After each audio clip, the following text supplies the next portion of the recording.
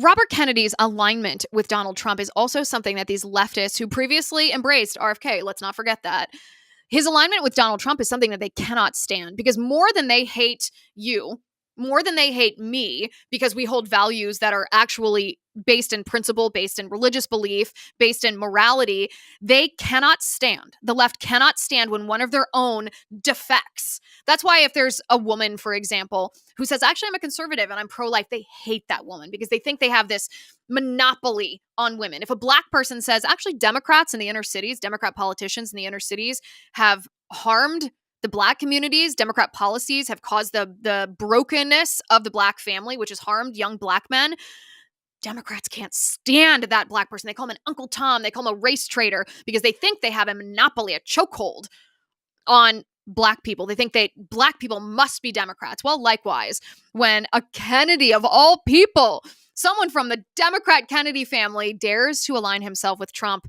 they cannot stand it. And this was evidenced when RFK was asked in a very condescending, accusatory tone. Obviously, the senator intended to trigger RFK, but RFK's calm. He doesn't get triggered super easily. Asked, well, are you just going to be a rubber stamp for Donald Trump? You mean like as Trump's HHS secretary working for Donald Trump? Are you going to do what Donald Trump wants? This is RFK's profound response. Take a listen. Keep citing the Trump administration and you're just going to follow what they say. Is that what you're doing? You're just a rubber stamp for them in this position? So anybody, so it doesn't matter that you're before us. It could be anybody coming before us as long as they're a rubber stamp for this administration and disregarding your beliefs and what you think. I guess my question to you is, if it really is fundamental to what you believe, how do you live with that? How do you address those issues as you're moving forward, knowing that it's going to harm Americans? Yeah. You want me to answer the question? No, I'm asking you. Okay. President Trump has asked me to end the chronic disease epidemic and make America healthy again. And I'm So in is a that the unique only reason why position. you're at HHS? Is that the only reason why then you're at the HHS, to address that one issue? President Trump has asked me because I'm in a unique position to end that. And that is what I'm doing. And if we don't solve that problem, Senator, all of the other disputes we have about who's paying, and whether it's insurance companies, whether it's providers, whether it's HMOs, whether it's patients or families, all of those are moving deck chairs around on the Titanic. Our ship is sinking. Our 60% increase in Medicaid over the past 4 years is the biggest budget line now, and it's growing faster than any other. And no other nation in the world has what we have here. No other nation has a chronic disease. We have the highest chronic disease burden of any country in the world. We had, during COVID, we had 16% of the COVID deaths in a country. We only have 4.2% of the world's population. We had a higher death count than any country in the world. And when CDC was asked why, they said it's because Americans are the sickest people on earth. The average person who died from COVID, American, had 3.8 chronic diseases. This is an existential threat economically, to our military, to our health, to our sense of well-being. And it is a priority for President Trump. And that's why he asked me to run the agency. And if I'm privileged to be confirmed, that's exactly what I'll do. And that is exactly why Donald Trump nominated RFK. But you heard the tone of Senator Cortez Masto. She's like, ending the chronic disease epidemic, that one thing, you're going there just for that one thing. That's what causes the reaction from Maha moms, because what she was doing right there, she has the power to propagate the chronic disease crisis in our children. If she votes no, she's voting in favor of autism and ADHD and childhood obesity and childhood diabetes and autoimmune disorders and cancer and infertility and a mental health crisis, the like of which no country on earth has ever seen before. And she dismisses it. She doesn't listen to you and your stories and what's happened to your children, your sons and daughters. She diminishes it. She belittles it. That's the only thing that you're going there. Just that. Not any of my interests, not the interests of my lobbyists, just your family and your children and your health. That's all that you're going there to fix. This hearing I don't know if it'll change the minds of any United States senator. That's incumbent on you to change the minds of the senators that represent you. But let me tell you what this hearing will do.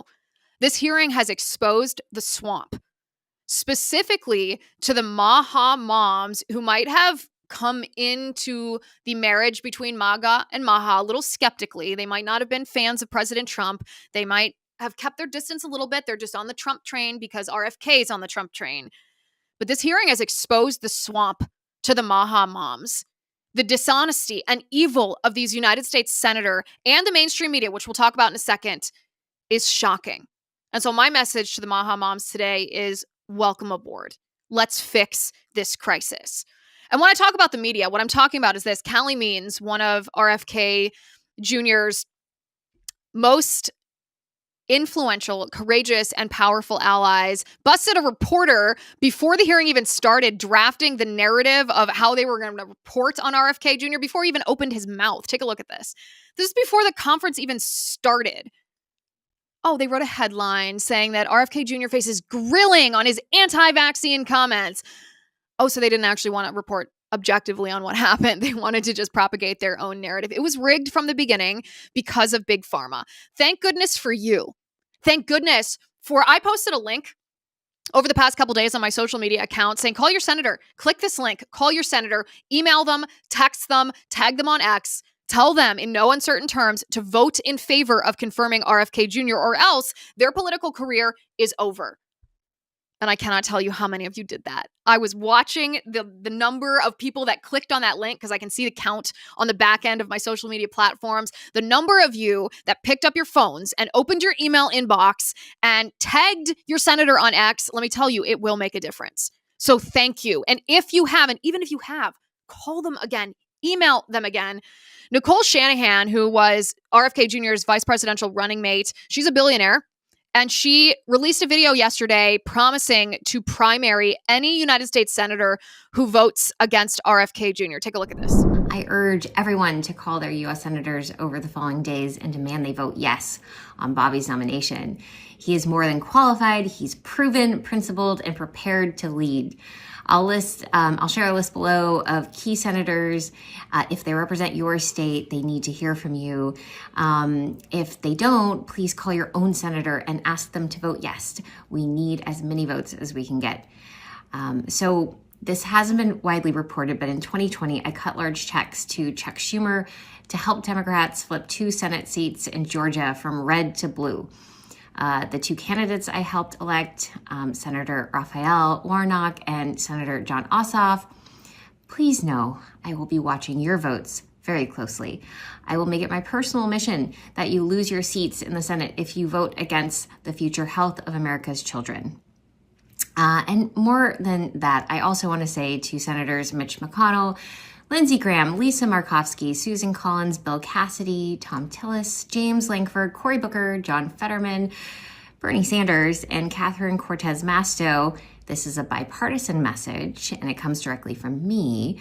While Bobby may be willing to play nice, I won't. If you vote against him, I will personally fund challengers to primary you in your next election, and I will enlist hundreds of thousands to join me. Big Pharma and Big Ag have exploited us for far too long. It ends now. You're either on the side of transparency and accountability, or you are standing in the way. The choice is yours. Please choose wisely. Nicole Shanahan is a prototype of a Maha mom, someone who cannot be defeated. She cannot be stopped because it is her child who is on the line. It is your child who is on the line. Call your senator. Our nation is in crisis. Our families are hurt. Our children are sick, and we are being gaslit. We all have personal stories, whether it's the onset of an autoimmune disease, fertility problems, pediatricians coercing us into giving unnecessary and dangerous vaccines to our children against our own better judgment. In fact, I have told the story of the vaccine coercion that I've experienced the day that my first daughter was born. I'm going to re-up on X a thread that I created of resources for parents who've been coerced by their pediatrician for childhood vaccines that they know better than to give to their children, but they are facing emotional hostage taking from the public health administration, from their own doctors who they want to trust. telling them that if they don't give their babies these vaccines, then their babies will die. And that fear that you feel in your heart as a parent is almost overwhelming when you face that. And I created a thread on X about a year ago, with a list of resources for parents who are in that situation, who want to educate themselves so they can make the best and safest decision for their baby. But wouldn't it be great if we didn't have to prepare ourselves as if we were also sitting in the United States Senate being grilled by hostile senators? Wouldn't it be great if we could trust our public health establishment? Tell your senator to vote yes on the confirmation of RFK Jr. and take a moment and say a prayer that they do the right thing.